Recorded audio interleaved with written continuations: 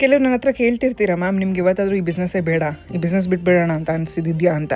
ಯಾಕಿಲ್ಲ, ಖಂಡಿತವಾಗೂ ಇದೆ.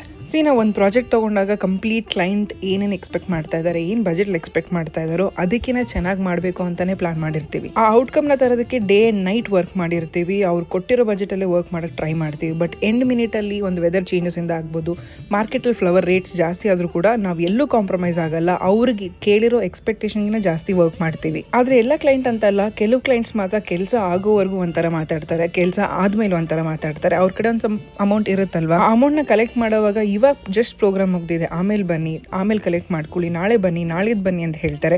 ಫೈನಲ್ ಆಗಿ ಒಂದು ವಾರ 2 ವಾರ ಬಿಟ್ಕೊಂಡು ನೀವು ಮಾಡಿದ ವರ್ಕ್ ನನಗೆ ಸ್ಯಾಟಿಸ್ಫೈ ಆಗಿಲ್ಲ, ನಾನು ಕೇಳಿದ್ದೆ ಬೇರೆ, ನೀವು ಮಾಡಿದ್ದೆ ಬೇರೆ ಅಂತಾರೆ. ನಮ್ಮ ವರ್ಕಲ್ಲಿ ಏನಾದರೂ ಪ್ರಾಬ್ಲಮ್ ಇದ್ರೆ ಇಮಿಡಿಯೇಟ್ ಸ್ಪಾಟಲ್ಲೇ ಹೇಳ್ಬೋದಲ್ಲ, ಸೊ ದಟ್ ನಾವು ಕರೆಕ್ಷನ್ ಕೂಡ ಮಾಡ್ಕೋತೀವಿ. ಅಂತ ಟೈಮಲ್ಲಿ ಎಲ್ಲಾನು ಪರ್ಫೆಕ್ಟ್ ಆಗಿ ಮಾಡಿ ಅವ್ರು ಕೇಳಿದಕ್ಕಿಂತ ಚೆನ್ನಾಗೇ ಮಾಡಿದ್ರು ಯಾಕೆ ಈ ಥರ ಮಾಡ್ತಾರೆ ಈ ಕಸ್ಟಮರ್ಸು. ಸೊ ಈ ಬಿಸ್ನೆಸ್ಸೇ ಬೇಡಪ್ಪ, ಬಿಟ್ಬಿಟ್ಟು ಬೇರೆ ಏನಾದರೂ ಕೆಲಸ ಸ್ಟಾರ್ಟ್ ಮಾಡೋಣ ಅನ್ಸುತ್ತೆ. ನಿಮಗೂ ಯಾವತ್ತಾದರೂ ಅನಿಸಿದೆ? ಕಮೆಂಟ್ ಸೆಕ್ಷನಲ್ಲಿ ತಿಳಿಸಿ. Thank you for watching this video.